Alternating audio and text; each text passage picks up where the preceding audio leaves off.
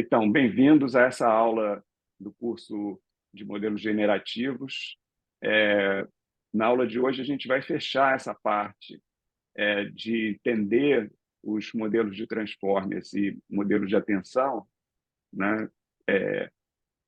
Entendendo como é que eles funcionam juntos, entendendo a intuição matemática que está por trás dele, principalmente vendo, né, que modelos, né, eles aprendem, né? Quer dizer, é, quais são os espaços de funções que são aprendidos por essas redes de transformers usando o mecanismo de atenção, né? E a gente vai ver que, diferentemente do que a gente viu na parte de imagem, né, esses modelos são essencialmente discretos, né, exatamente porque tratam com conjuntos e sequências, né, e são funções sobre espaços discretos, né? Então, a visão geral aqui do que a gente vai ver, um outline da aula, eu vou começar fazendo uma recapitulação, né, da questão, né, do mecanismo de autotensão, né, de self-attention, e da arquitetura de transformers, né, isso para colocar uma espécie de linguagem sobre a qual a gente vai poder discutir os transformers e o mecanismo de self-attention, né? E aí a ideia em cima disso é ter uma intuição de como funciona o mecanismo de self-attention, tentando ligar a aonde que modelos que eles podem trabalhar, né? E quão bem eles fazem isso e por quê, né? Então, tendo essa intuição, né, a gente pode formalizar para exatamente ter os resultados teóricos, né? O quanto que ele aprende, como, quais são exatamente as funções, etc.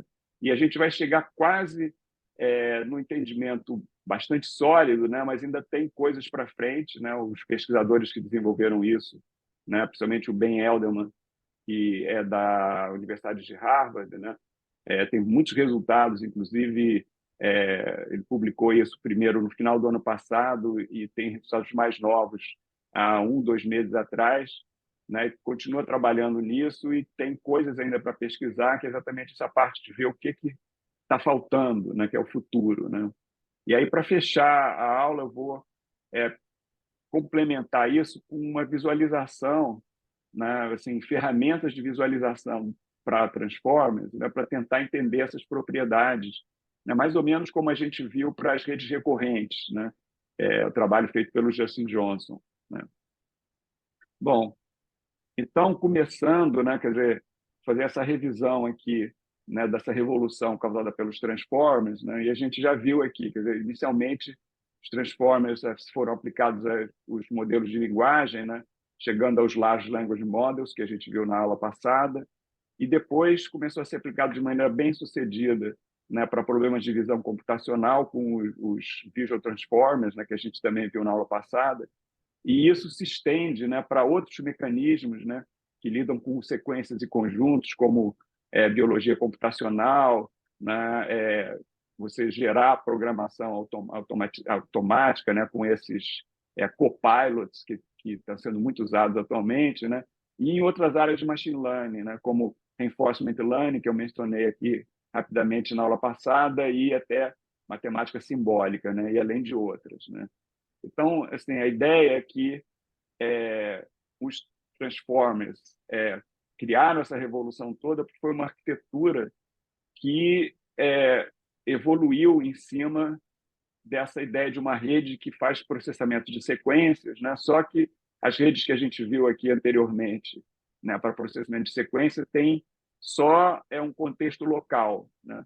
E aí, com isso, né, tanto as redes recorrentes, né, quanto a extensão das redes recorrentes, das RNNs, para esse long short term memory, né, que é um modelo semi-local aqui, né, que tem lembra de algumas coisas a uma certa distância, né?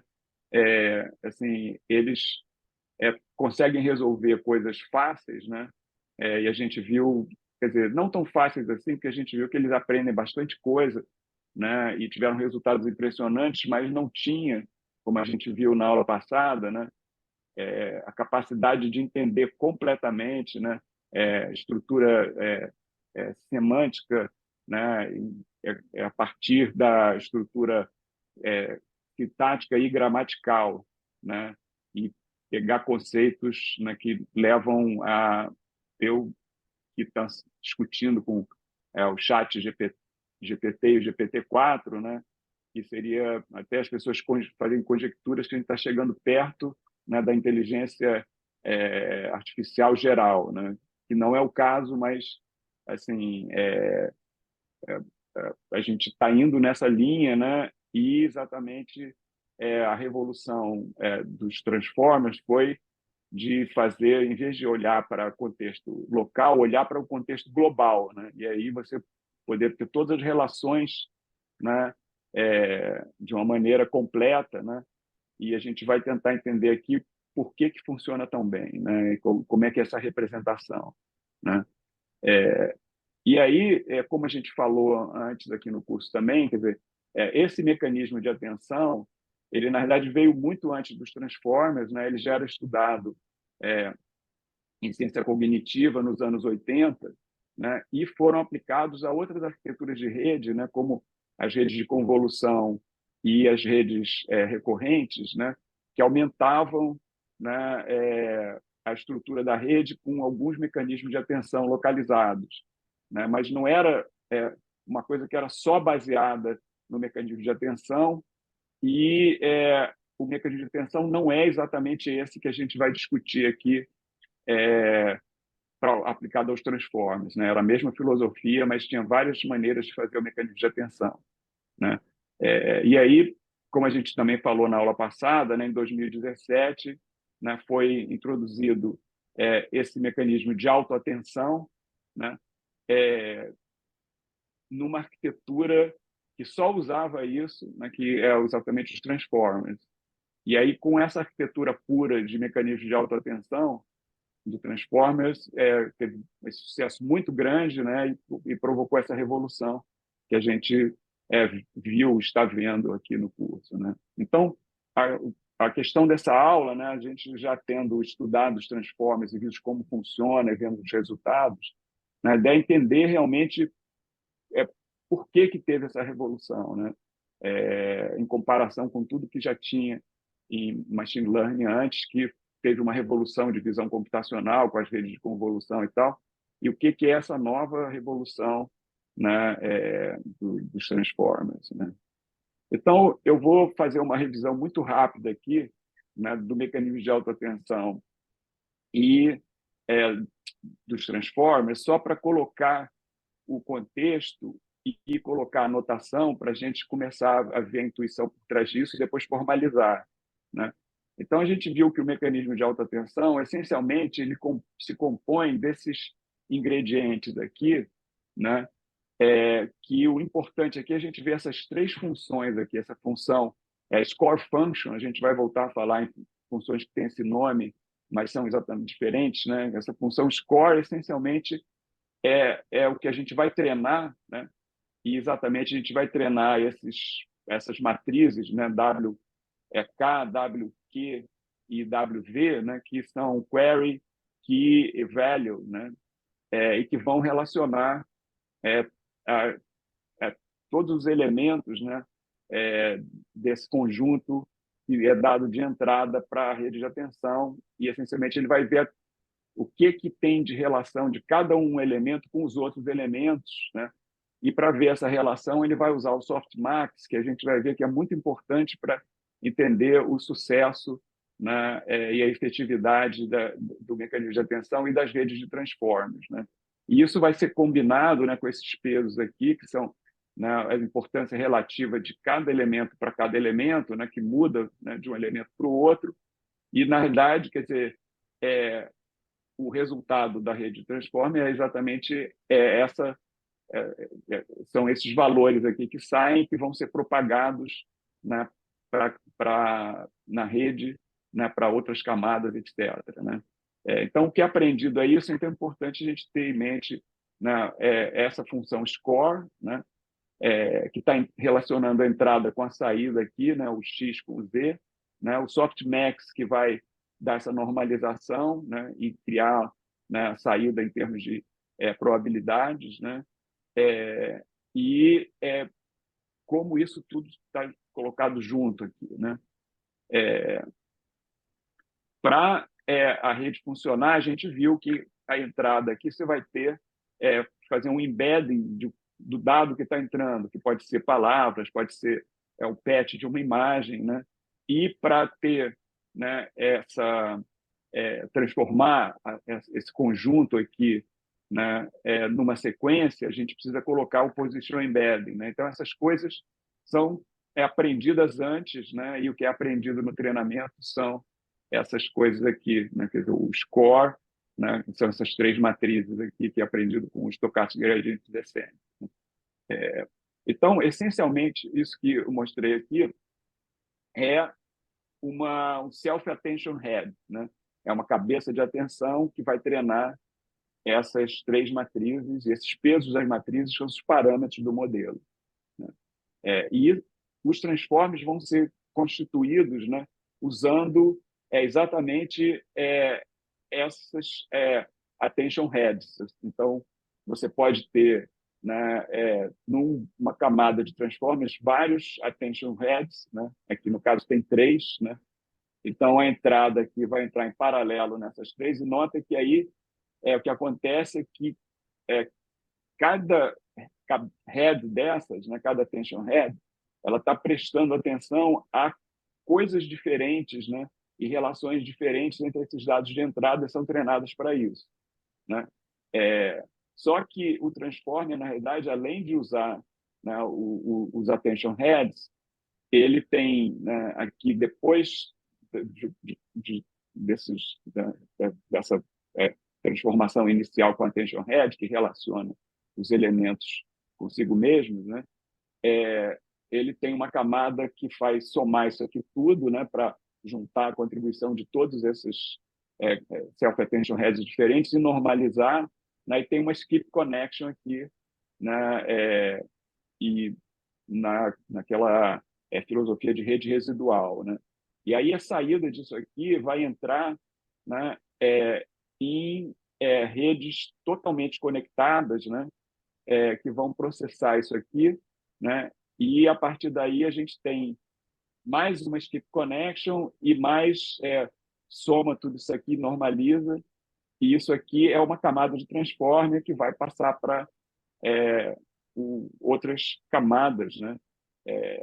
E aí você tem, né, quer dizer, as funções, né, de perda aqui, o treinamento vai ser exatamente treinar esses pesos aqui, né, do self-attention, e treinar essas redes totalmente conectadas, né? E a gente vai ver exatamente isso na hora que a gente for ver como os transformers aprendem e que funções eles estão aprendendo. São essas coisas que combinadas vão dar o poder dos transformers, né?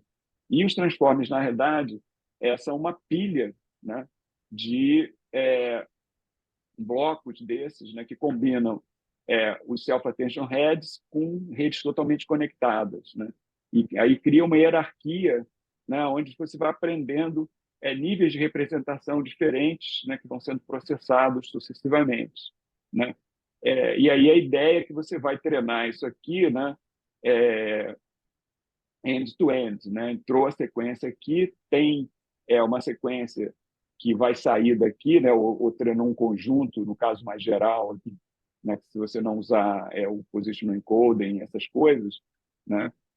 E a função de treinamento, a gente já viu aqui as diferentes variantes de treinamento com funcionais que vão ser aplicados aqui. E o negócio que é importante, que a gente viu aqui, é muito rápido, porque isso aqui tudo consegue ser treinado em paralelo, né? Mas a questão isso foi o que a gente viu até agora aqui nessa primeira parte do curso, né? Mas por que esse negócio funciona tão bem, né? A gente viu que funciona, sabe mais ou menos o mecanismo de como funciona, mas por que funciona tão bem, né? E aí a questão toda, né, é que isso está muito centrado, né, nesse mecanismo de autoatenção. Mas, para entender isso, a gente tem que olhar, por um lado, para a teoria, e, outro lado, olhar para a validação dessa teoria através de experimentos, né? E o que a gente vai fazer aqui é, na realidade, tentar entender, né, esses inductive biases da atenção, né? Quer dizer, então, como que o mecanismo de atenção vai favorecer, né, o aprendizado, né? E, para isso, o que a gente quer é, primeiro, que a gente quer aprender a partir de dados de uma maneira que a gente possa generalizar, né, e ter garantia dessa generalização.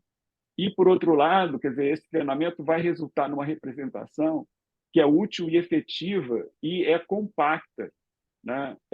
Isso vai ser uma coisa importante, a gente vai falar um pouco mais para frente, né? E vai ser usada de maneira assim, muito fortemente nas aplicações, né? E não só isso, a gente quer que, para aprender essa representação que generaliza, a gente quer poder aprender ela não só rápido, mas aprender de maneira que ela vai convergir da maneira certa e ter garantias, né, de que o processo de aprendizado na prática vai chegar nos resultados que são explicados aqui por essa análise teórica, né? Então, o que a gente vai fazer é olhar esses três aspectos aqui, primeiro teórico, depois experimental, né, tentando entender o poder de generalização, né, dos transformers, né, ver que tipo de espaço de funções eles estão aprendendo e como é que essa representação, e depois como é que a gente aprende essa representação através, né, do treinamento, né? Então, aquela anotação que eu coloquei primeiro, né, ela fala do mecanismo de atenção e a gente está focando nos transformers, mas essa teoria, na verdade, era um pouco mais geral, né? O grupo que desenvolveu isso teve o cuidado de, assim, e percebeu que o mecanismo de atenção ele é mais geral do que os transformers e ele funciona muito bem nessa arquitetura dos transformers que a gente estudou, mas as questões ligadas com exatamente essas core function, com a função que vai fazer os values, né? E o softmax, né? Você pode ter outras opções de funções como essas, né? E alternativas a como que o softmax funciona, apesar dele ser crucial, que poderiam ser generalizadas no futuro quando essa arquitetura evoluir e aparecerem também outras arquiteturas, né? Então, isso é só para ter em mente, né? Aqui a gente vai focar no resto da aula usando esses resultados para os transformers, né?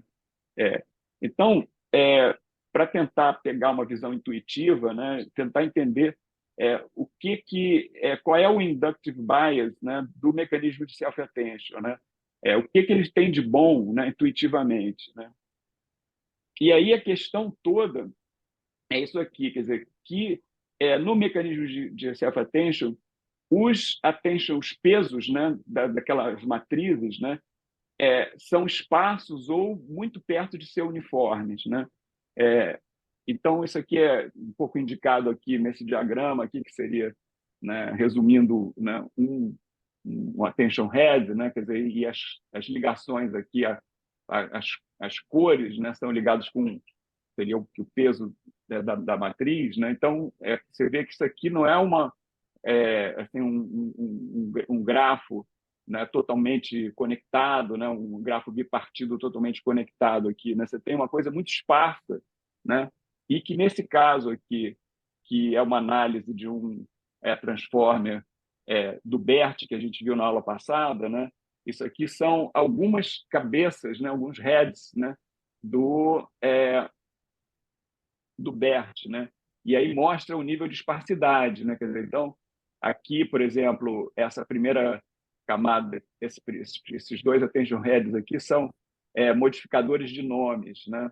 E aí você vê o tipo de relação que tem. Aqui são objetos diretos, né?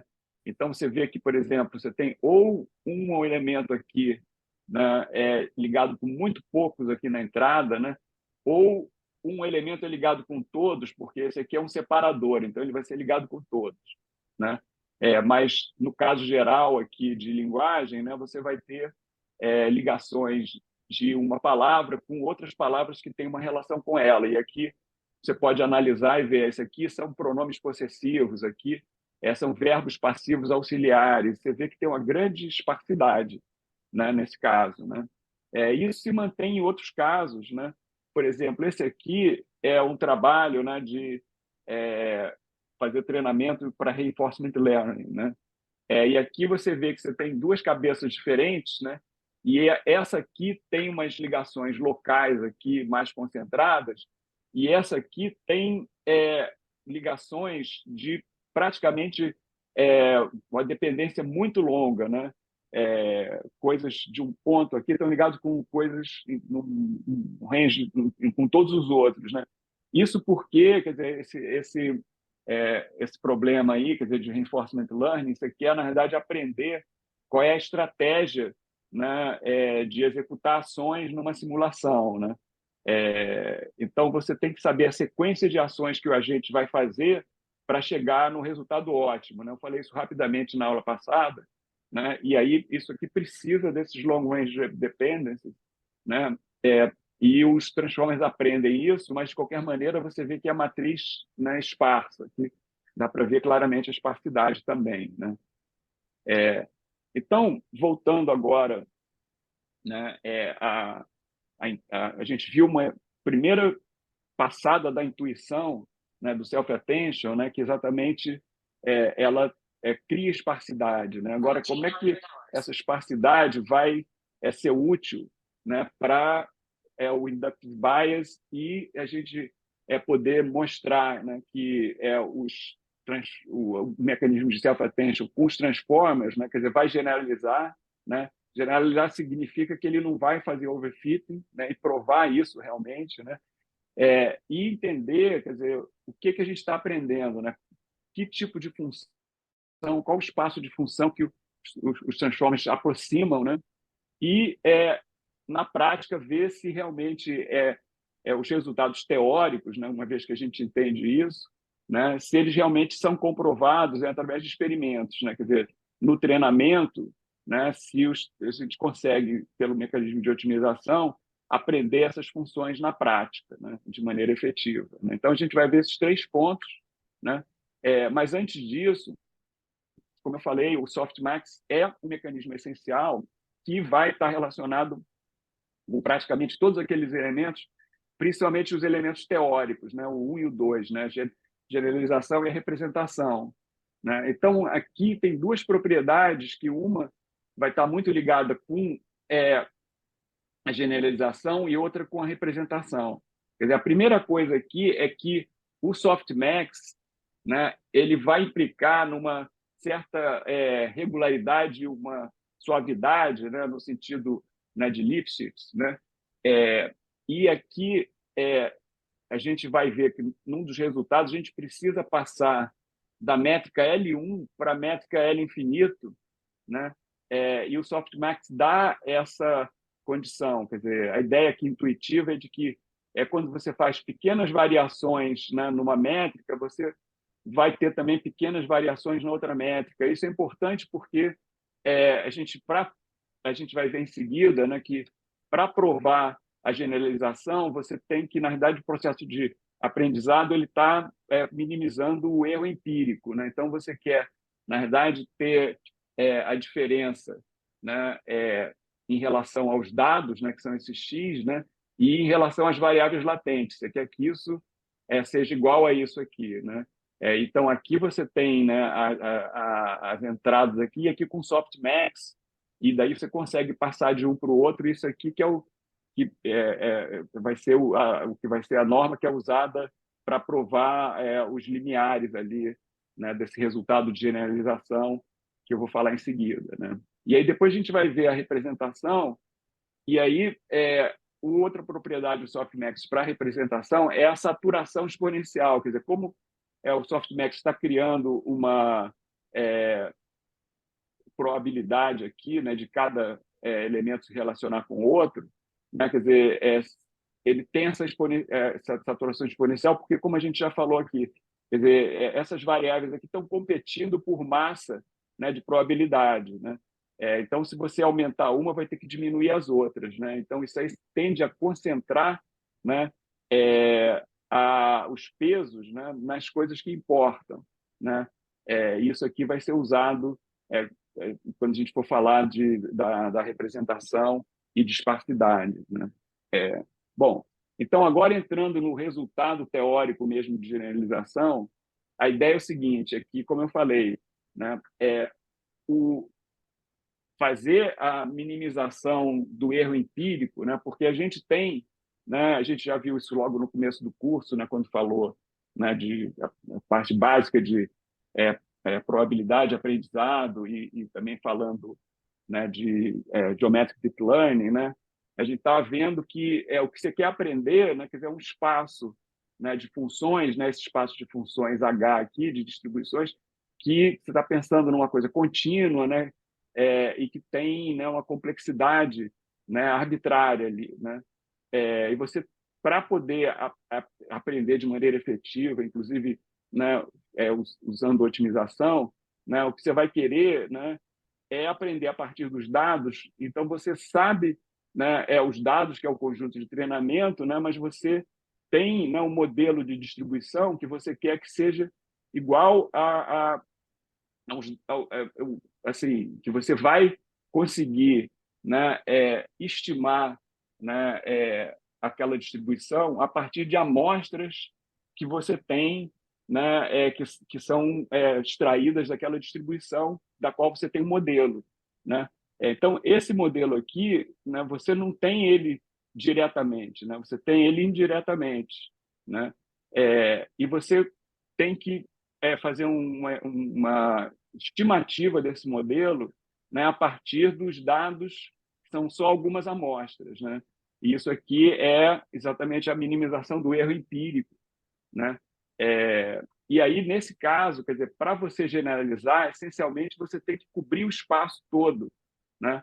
Garantir que a partir de algumas amostras você vai conseguir estender isso para poder estimar a distribuição completa. Então, o resultado aqui, que é um resultado probabilístico, né, com probabilidade de 99%, que isso aqui, né, aprender, né, o erro empírico, ele ele é limitado, né, por essa expressão aqui, que depende, né, do, da norma daquelas matrizes, né, de peso, né, o query, o value, é, e que a gente está aprendendo ali, né?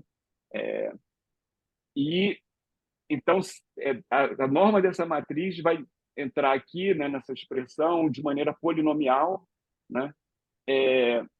A outra questão que vai entrar aqui é a dimensão do embedding, né, dos elementos que vão ser relacionados aqui nas matrizes do modo de atenção, né?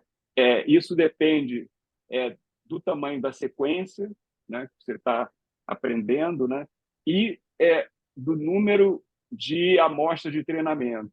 Um negócio que é importante aqui é ver que essa expressão aqui é polinomial na norma das matrizes, né? Mas é logarítmico no tamanho da sequência, né? Então, isso é um negócio super importante. E o resultado teórico que eles têm aqui, ele usa essa técnica, né? De número de cobertura infinito, né? Que a ideia assim, em cima do que eu falei, né? Quer dizer, você tem esse espaço H aqui, que seria, né, o espaço, né, da distribuição, que é uma coisa contínua, né?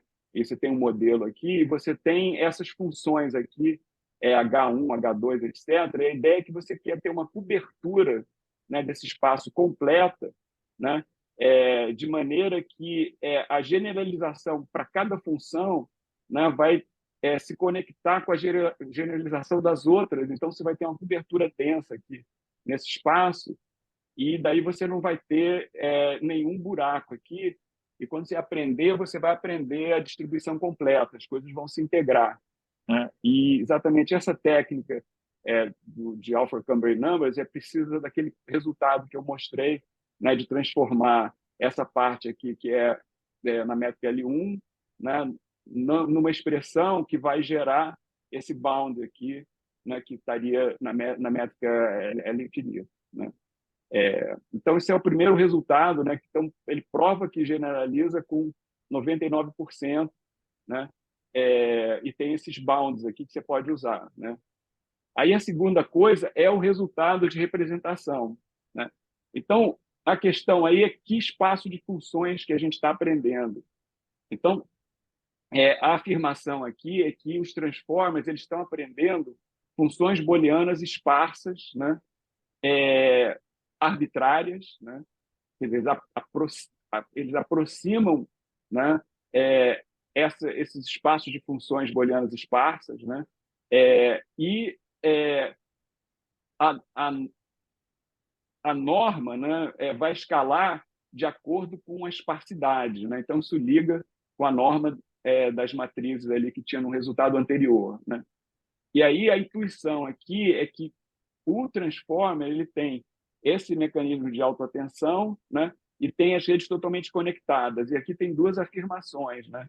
Então, a intuição é que o softmax vai permitir você ter a seleção das variáveis que importam de maneira esparsa. Quer dizer, ele vai, quando você põe o softmax, ele vai pegar as variáveis importantes, né? Então, ele vai esparsificar a matriz, né?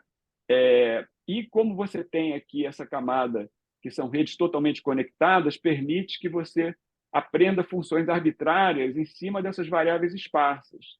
Então, juntando essas duas afirmações, mostra que, no fundo, você está aprendendo funções arbitrárias, né, baseado em variáveis esparsas, né? E aí tem vários exemplos, né? E o que ele prova aqui, quer dizer, é para funções booleanas, mas poderia ser para qualquer função, né, esparsa, né? Ele não pegou o caso geral porque ficaria mais difícil de provar no caso geral. Mas as funções booleanas são genais suficientes para mostrar como isso se estende. Então, ele deu exemplos de conjunções esparsas, de junções esparsas e tal, e a gente vai ver isso em seguida, né? Então, é exatamente essa questão aqui de juntar as coisas, né? Que você junta a generalização com a representação, né? Através, né, da criação de variáveis esparsas, né? E aí você tem esse segundo resultado aqui, que é que a complexidade da amostragem, né, para aprender funções esparsas, ela vai escalar de acordo com uma função da esparsidade, né? E de maneira logarítmica no tamanho da sequência, né? E esse resultado teórico ele é um resultado ótimo, porque essa expressão aqui, ela exatamente é a expressão da regressão esparsa, né? Teórica, né? Então, diz que os transformers chegam no ótimo para aprender funções esparsas e ele mostra isso para essas funções, né, booleanas, né? Aí a gente entra na parte de otimização, que eles estudaram várias funções desse tipo, né, no contexto do aprendizado para assim, verificar se realmente aqueles resultados são comprovados, né, numericamente, né? E nesses casos que, como eu falei, são específicos, né, de funções booleanas, mas são genéricos porque você pode pensar que, né, toda a computação digital é binária, né? Então você pode, de uma certa maneira, ter funções muito complexas, né? Usando esse tipo de representação, né? E aí ele pegou aqui um primeiro exemplo que é essa é, conjunção, né, de três variáveis, né, two-way conjunction, né? E aí está supondo o seguinte: você tem, né, uma distribuição que é amostrada uniformemente, né, uma sequência de tamanho t, né, em variáveis binárias aqui, 0, 1, né? E a função que você quer aprender é essa conjunção aqui, que são essas três variáveis só, né, que é a saída aqui, né? E aí você quer treinar uma camada, um transformer de uma camada só, né? E analisar como que, na medida que o conjunto, né, essa sequência de entrada que vai crescendo, né, é quantas amostras você precisa para não ter overfitting, que é aquele primeiro resultado ali, né? E aí a análise aqui é que é consistente com aquela dependência logarítmica, né, na generalização, né? Aqui você vê que você tem, né, o tamanho do contexto, né, o tamanho da sequência, do conjunto, né? E aqui você tem o que é chamado critical sample size, que é o número de amostras que é necessário para ele aprender, né? Aqui tem, né, essa margem aqui, né, que foram feitos os testes e tal. Agora, nota o seguinte, aqui é uma escala logarítmica, né? E aqui é linear, né? Então, assim, você vê que à medida que você vai aumentando uma ordem de magnitude aqui no tamanho da sequência, aqui é outra ordem, né? Quer dizer, você passa de 50 para 100, né? 120, né? Então, está consistente exatamente com essa o generalization bound, né? Aí tem um segundo teste que eles fizeram, que é para uma outra função, que é essa função de paridade, né? Quer dizer, os dados aqui são amostrados também uniformemente, variáveis, né, booleanas, né, uma sequência de tamanho t, né? E a função que você quer aprender é uma função de paridade, quer dizer, as somas de três variáveis, né? É esparsa aqui, né? A esparsidade aqui é 3, mas é módulo 2. E aí tem uma coisa curiosa, né? Que é o treinamento, ele funciona assim, ele vem, né? Não está aprendendo nada, aí, de repente, ele aprende de uma hora para outra e aprendeu, né? Só que nota que o número de iterações que precisa aqui, né? Isso são várias vezes que foram executados, né, o treinamento, né, com conjuntos diferentes, mas qualitativamente iguais, né? E aí tem momentos que ele, de repente, aprende, e o momento não é exatamente o mesmo, né? E isso é uma coisa assim que fica para ser entendida, né? Eu vou falar mais disso na sequência, que é os pesquisadores que desenvolveram isso, né? Quando eles viram isso, começaram a estudar isso de maneira bastante aprofundada para entender esse comportamento, e é uma das chaves para a gente entender, né? Não só, quer dizer, que espaço de funções os transformers estão aprendendo, mas qual é o mecanismo que eles aprendem, né? E por que que é assim, né? Por que que é poderoso, né? Então, por isso que tem essa interrogação aqui, né? Então, aqui, né, assim, é uma pausa para assim, pensar nesses resultados, né, e ver, primeiro, né, assim, a gente tem esses resultados todos, mas a gente quer entender exatamente por que que essa criação de variáveis esparsas, né, e outras propriedades do transformer chegam nessas capacidades assim que são realmente impressionantes, né?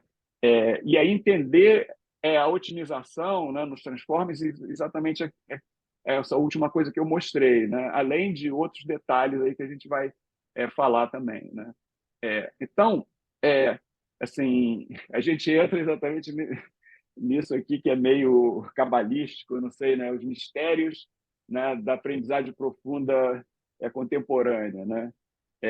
E aí tem três questões que estão ligadas com aquilo que a gente falou antes, né? E essas dúvidas. Quer dizer, primeiro, é, como as redes neurais aprendem a construir features, né? E features que são úteis, né? Então, essencialmente, está ligado com a representação, né? E essas funções, né? Que são funções genéricas a partir de variáveis esparsas. E essa esparsidade tem a ver exatamente com o que tem as features, né? O que está relacionado com o quê, né? E é exatamente, quer dizer, a segunda questão é como, né, a partir disso você consegue, né, assim, né, entender, né, e calcular essas funções combinatórias, né, porque exatamente o que a gente está vendo aí que aprende uma combinações, né, de funções esparsas, quer dizer, descobrir quais são as variáveis que são importantes e como é que elas estão relacionadas, né? E aí, finalmente, aquela última dúvida, né, é por que que você, no treinamento, de vez em quando, você tem, né, assim, esse que eles chamam de emergent breakthrough, né, que você não está aprendendo, aparentemente não está aprendendo nada, mas eles verificaram que você está aprendendo, mas não aparece na função, né, de perda ali, né? Mas ele lá dentro, a rede está aprendendo, e aí, de repente, ele aprendeu e convergiu, né? Isso na medida que você vai, né, treinando por mais tempo, etc., né? Ou aumentando os dados, ou as duas coisas, né? Então, para entender isso, quer dizer, a gente vai pegar primeiro essa questão de feature learning, né? A gente viu aqui na parte de imagem, né, com redes de convolução, né, que você aprende uma hierarquia de representações, né, essa hierarquia vai tendo níveis semânticos, né, cada vez mais altos e tal, mas você vê que assim, o que a gente viu até agora, que essa hierarquia que é dada pelas redes de convolução, ela vê coisas locais de uma maneira diretamente hierárquica, né? Só que é invariante por translação e tal, esse negócio generaliza e funciona muito bem, né? E você pode analisar isso, né, num espaço, né, de imagens, né, que você pode imaginar que é contínuo, né? E tem toda uma estrutura aí de features, e você sabe quais são as features, né, que ele quer aprender, porque tem toda a teoria de visão computacional que a gente viu no curso antes, né? Só que quando você entra, né, em modelos de linguagem, né, é uma coisa eminentemente discreta, e aí o que tem, né, o que você está aprendendo aqui são circuitos, né? Quer dizer, são configurações diferentes de variáveis que vão levar a coisas diferentes, né? Exatamente, quer dizer, as features são exatamente essas configurações, né, de aspectos que estão ali discretos, né, em certas variáveis nessas funções, que você diz, essa combinação de features é o que a representação que eu quero aprender, né? Quer dizer, o feature é uma combinação específica de certas variáveis, né, dada por uma função esparsa, né? Então, isso aqui, quer dizer, mostra, né, que assim, aquele fenômeno que de repente ela aprende tudo, quer dizer que você pode imaginar, né, que em certos casos simples e no caso, né, onde você está trabalhando com imagens tal, né, quer dizer, a rede ela vai gradualmente, né, pelo mecanismo, né, de aprendizagem, né, usando gradiente, né, e minimizando a função de perda, né, ela vai gradualmente chegando num ótimo, né, e o que está assim, que você está aprendendo, que você está seguindo o gradiente, e são coisas assim, você tem um espaço de dimensão muito alta, né, tem muitas direções de aprender, e aí que a gente viu e é o que é o consenso, né, para principalmente redes de convolução e outras redes, né, quer dizer, como a dimensionalidade é muito alta, né, você não tem o problema de mínimos locais, né, porque você tem, na verdade, uma bacia de mínimos locais, né, e você tem muitas direções para andar para chegar nessa bacia, e você aprende um mínimo local que é muito próximo do mínimo global, né? São todos qualitativamente semelhantes, né? A gente falou disso rapidamente quando falou de redes de convolução, né? Mas tem situações onde assim, você não consegue chegar na solução ótima através de pequenos passos, né, que são mostrados, né, na convergência da função de perda, né? Você, de repente, aprende, né, um circuito, né, uma combinação de variáveis que funciona, e aquela que funciona você aprendeu e está acabado, né? Então, essa é a grande diferença, né, dos transformers. Ele aprende esses circuitos, né? Exatamente o que ele aprende, né, são funções combinatórias, né? E a gente vê isso, né, no chat GPT, né, no GPT-3 e em outros trabalhos, nesse Codex e Minerva, onde você está aprendendo essa estrutura e as coisas, de repente, se encaixam, né?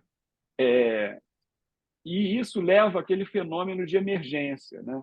Então, a emergência aqui, a ideia é que você tem aqueles breakthroughs, quer dizer, a ideia é assim, você está treinando, aqui são vários tipos de treinamento, está vendo?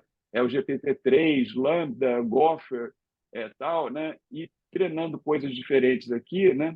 E eles veem que, assim, né, não está aprendendo nada, de repente começa a aprender, e tem um breakthrough, né? Isso, né, você vai aumentando as coisas e que chega um ponto, né, nesse gráfico aqui que tem essas emergências, né? E a explicação é essa, que a emergência acontece porque você aprendeu a configuração certa e você tem coisas que estão acontecendo na rede que você não vê olhando a função de perda, né? Mas ela está se modificando, é como se tivesse, sei lá, alguma química que está andando ali, né? Está fermentando e, de repente, o negócio cresce, o bolo cresce, né? E aí tem essa emergência, né? Então, isso aqui exatamente assim, a gente está chegando num dos, assim, talvez na solução de um dos mistérios, né, do aprendizado profundo contemporâneo ligado a essas redes, os transformers, né, a arquitetura de transformers com mecanismos de atenção, né, quer dizer, que é entender como que essas redes aprendem, né, é, features, né, que vão levar numa representação que é útil, né, e exatamente como é que pensa exatamente, né, sobre essa representação, né, e calcula essas funções combinatórias e por que tem esse comportamento emergente. E aqui está explicado, né, que em algumas tarefas combinatórias, né, como você aprender, né, funções esparsas, né, paridade, etc., né, esses features só são úteis quando eles são aprendidos juntos, né, e de um certo grau, né, quer dizer.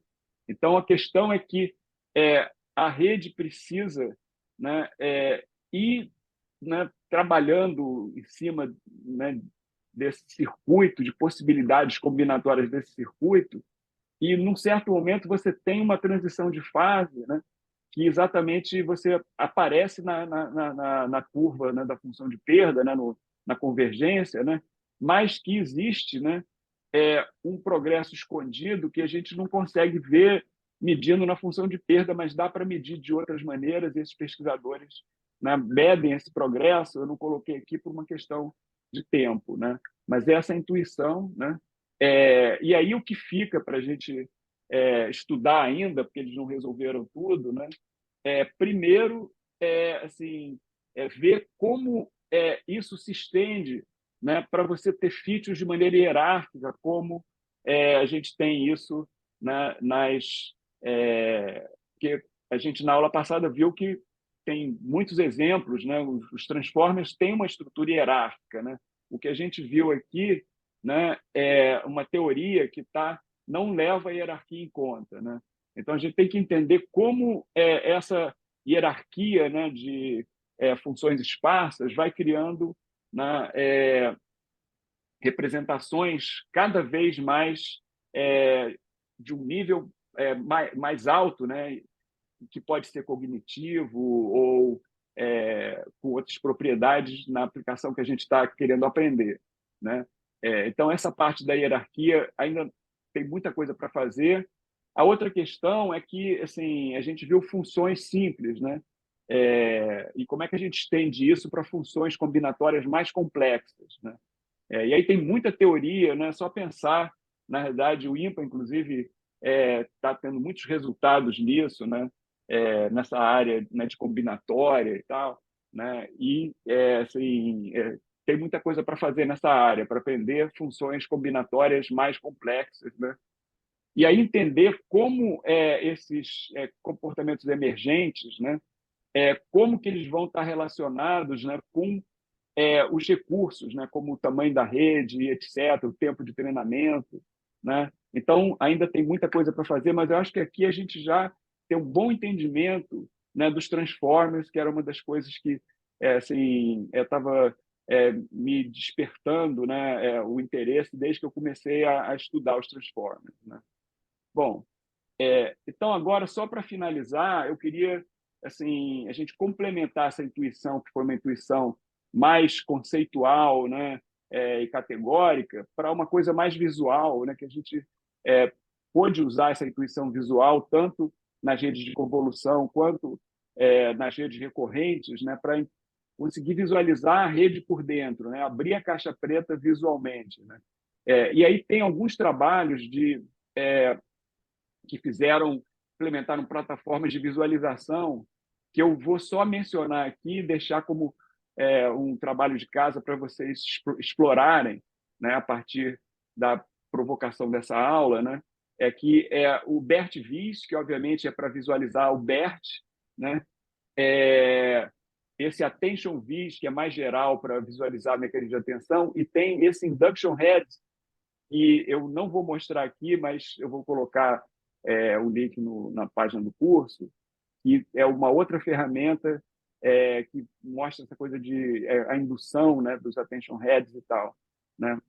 Então, eu vou mostrar assim rapidamente esses exemplos, né? E aqui tem a referência, né? Então, esse BERT Vis, o projeto está no GitHub, né? E ele permite você analisar, né, o BERT, né, já treinado, né? E você pode olhar qualquer camada, qualquer head, né, e olhar várias coisas relacionadas no mecanismo de atenção. Aqui você está olhando tudo ao mesmo tempo, né? E aí a ideia aqui é o seguinte: você está vendo as matrizes, né, query key e o value aqui, né? E aí você pode, né? E aqui é com o softmax, né? E aqui o resultado do produto, né? E aí você pode, por exemplo, selecionar um elemento aqui, né? E ele vai ver as ligações todas que tem, né? Relacionando com a entrada aqui, né? Ligado com a função de perda, etc., né? E tem muitas variantes de você visualizar tudo interativo, né? E só assim, de você selecionar um head, né? Esse padrão aqui já vê o que significa, que tipo de esparsidade tem, e aí você selecionando elementos individuais aqui desse lado, você vai ter como que aquele fluxo está acontecendo, né? Da onde que vem, para onde que vai, e fazer uma série de análises, né? Esse Attention Vis ele é bem mais geral, então ele tem também aqui, né, os Attention Heads, mas aqui, né, você está visualizando, né, padrões, né, por exemplo, aqui atenção para o padrão de Next Token, né? Então aqui você tem os tokens e vê a relação entre os diversos tokens, e aqui você pode selecionar, né, vários tipos de modelo. Aqui, no caso, também é o BERT. Essa projeção é uma projeção usando o CISM, né, que é muito usado para visualização de espaços, né, de dimensão alta, né, a distribuição nesses espaços. E aqui, o que você pode ver? Né, quer dizer, os rótulos, né, que no caso aqui são as palavras, né, os tokens, né, essas linhas de atenção, o que está relacionado com o quê, né? E tem esse Attention Vis tem uma série de outras ferramentas que não estão mostradas aqui. Você pode dar zoom nessas camadas, olhar um elemento só aqui, olhar a rede, né, como um todo, com as várias camadas. É bastante geral e está nesse link aqui do GitHub, né? Bom, então com isso eu vou terminar a aula, vou parar aqui a gravação, e aí a gente pode conversar um pouco.